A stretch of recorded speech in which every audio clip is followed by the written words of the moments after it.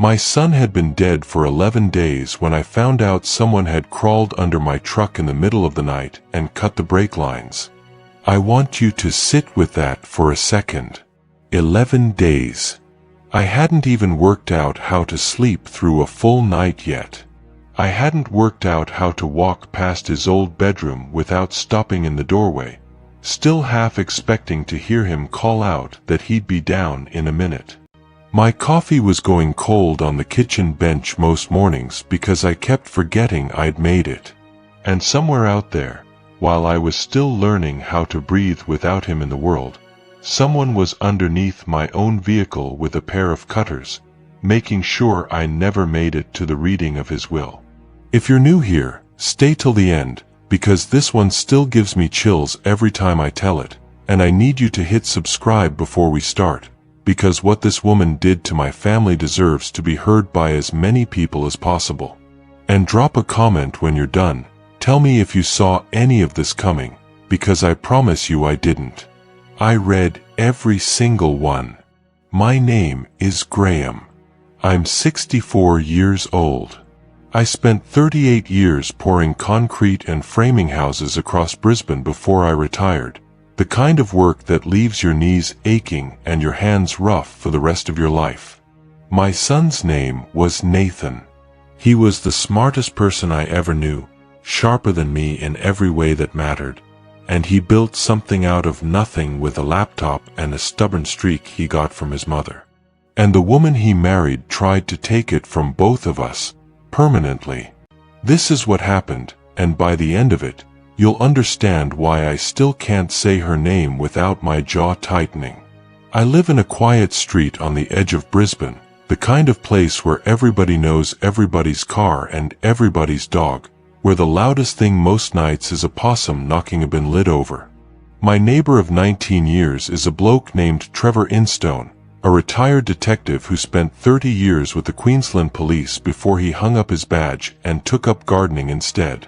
Trevor doesn't get rattled easily. I've seen him stay calm through car accidents, through storms that took the roof off his shed. That's what made it so frightening when he came pounding on my door before 8 in the morning, out of breath, his face white as paper, still in his dressing gown. He told me that the night before, he'd been up late letting his dog out for one last wander around the yard, and through the gap in the fence he saw my daughter-in-law, Renee, crouched down beside my Uta in my own driveway. He said she had a small torch clenched in her mouth and both hands underneath the vehicle, working at something he couldn't quite see. When she heard his back door creak open, she looked up sharply, saw him standing there watching her, and was in her car and gone before he could even call out her name. I remember laughing it off at first.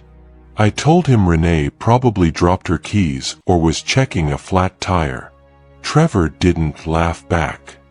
He told me, in the flattest voice I've ever heard come out of him, that in 3 decades on the force he learned to trust his gut long before his eyes, and right now his gut was screaming at him that something was very wrong. I was due in the city that afternoon for the reading of Nathan's will. I had a solicitor waiting, family arriving, a schedule I didn't want to break on today of all days. But I called my mate Wayne before I let myself second guess what Trevor had just told me.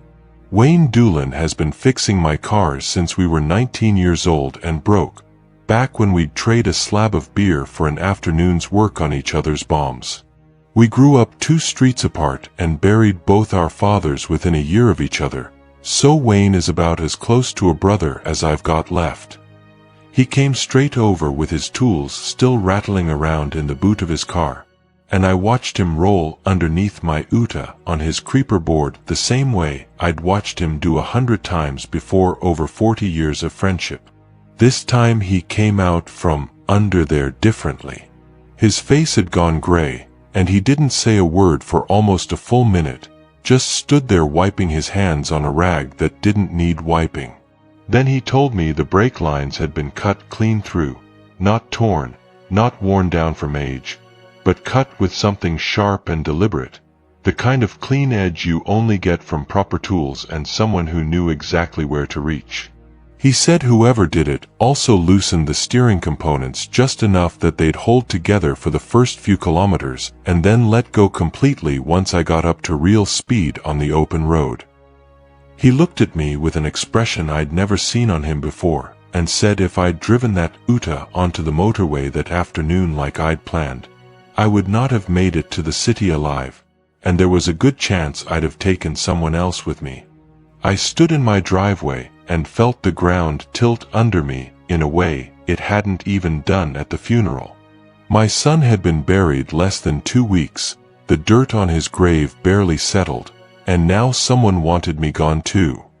I left the Uta sitting in the driveway like a crime scene and called a taxi instead. My hands were shaking as I dialed. I wasn't going to let fear keep me home, not on the day my son's final wishes were going to be read out loud to the people he left behind.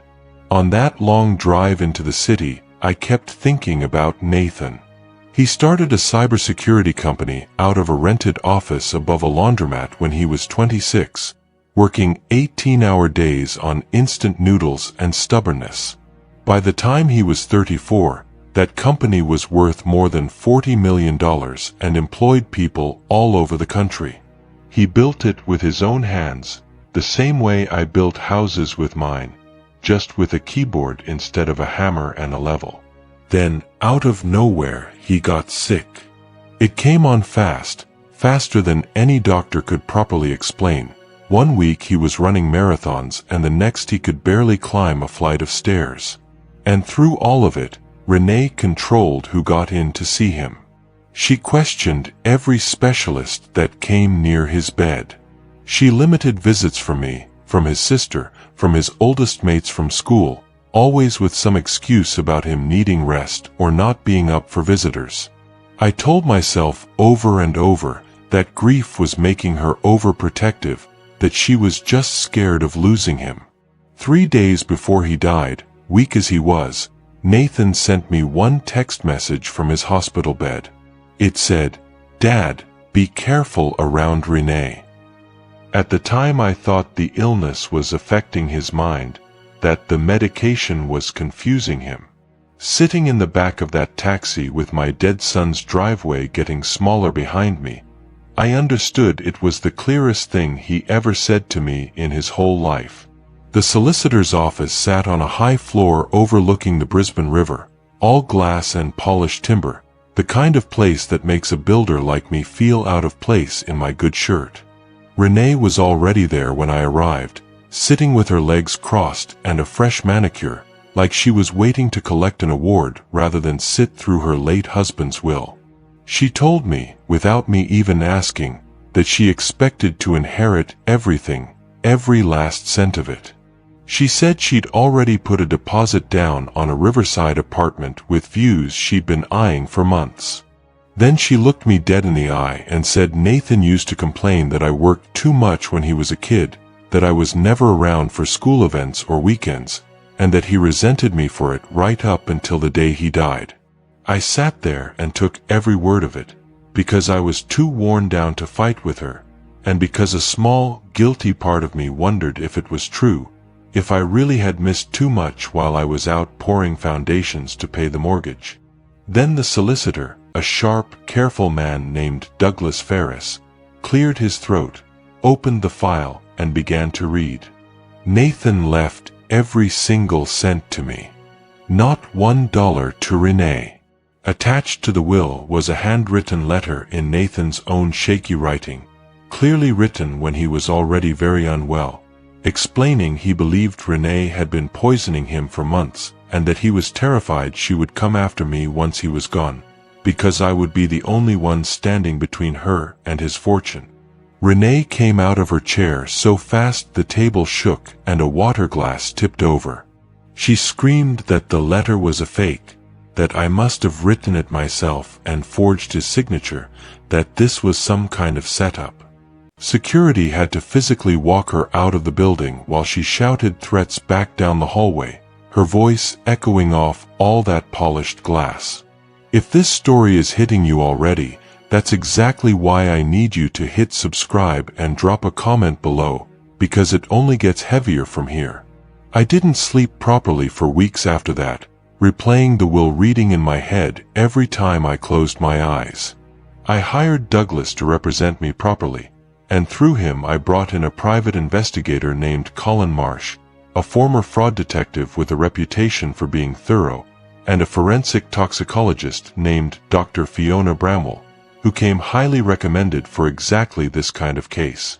What they found over the following weeks made my stomach turn.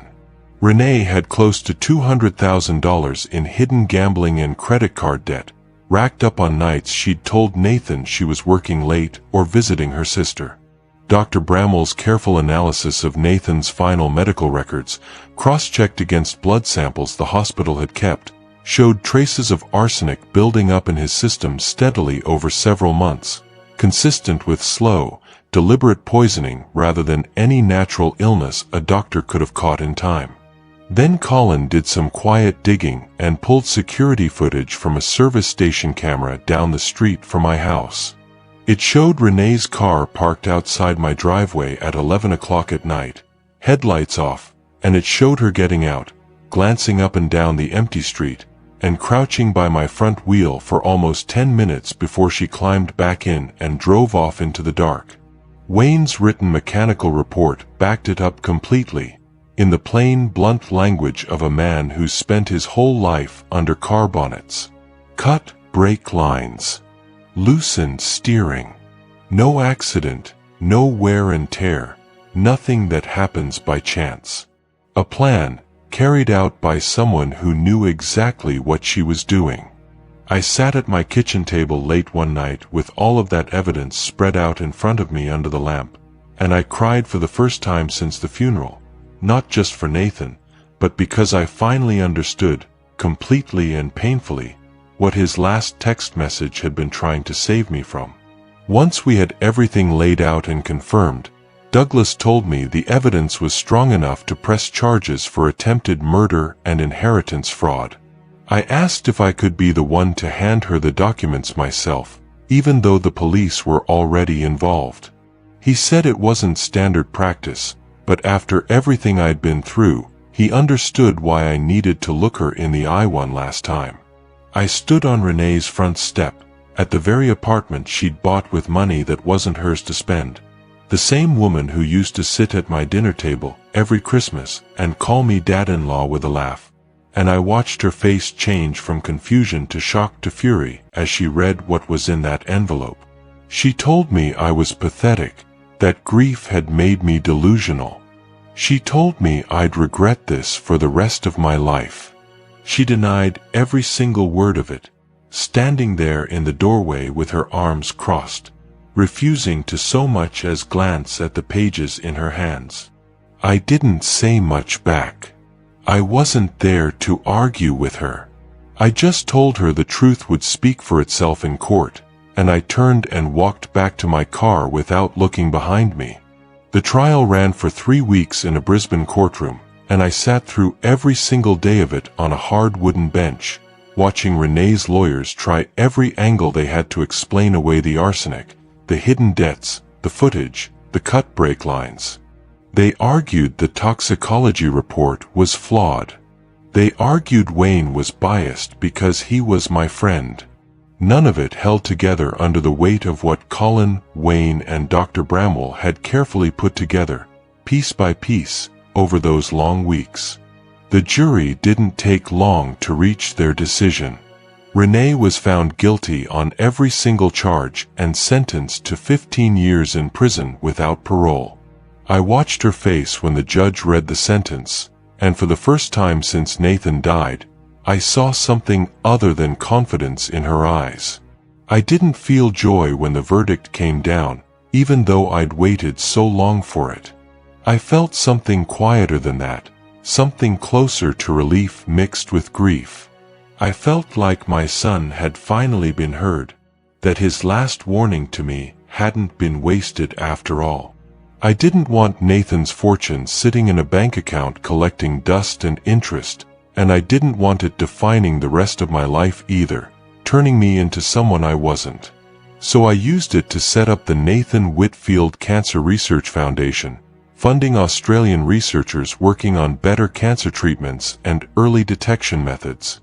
In a strange way, everything Renee took from us opened my eyes to how many other families were going through the same nightmare, watching someone they love fade fast with far less support than we ever had. I sold the big family home Nathan grew up in, the one with his height marks still penciled on the laundry door frame. I didn't need 6 empty bedrooms for one old man rattling around alone. I bought a small cottage on the coast instead, close enough to hear the water at night through the open window, close enough to walk the beach every morning with a cup of tea. I still see Trevor and Wayne most weeks, the 2 men who never once doubted me when everything in my life turned upside down, and I don't think I could have gotten through any of it without them standing beside me. A year after the verdict, I stood at Nathan's grave on a quiet morning with the sun just coming up over the cemetery, a thermos of tea in my hand, the way I used to bring him one when he was a boy studying too late into the night. I told him about the Foundation's first major research breakthrough, funded entirely by the company he built with his own 2 hands out of nothing but an idea and a rented office above a laundromat.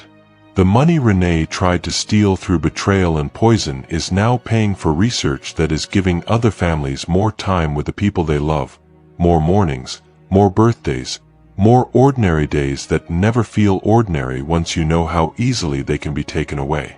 My son's last act, warning me with 4 short words sent from a hospital bed, ended up saving my life and starting something that will keep helping people long after I'm gone too, long after anyone remembers my name at all. If you made it this far, thank you for sitting through this with me. It isn't an easy story to tell, and I know it isn't an easy one to hear. Please subscribe if you haven't already, and tell me in the comments what part of this story hit you hardest, because I read every single one and they mean more to me than you know. Stories like Nathan's deserve to be remembered, and I'll keep sharing them as long as you keep showing up to listen.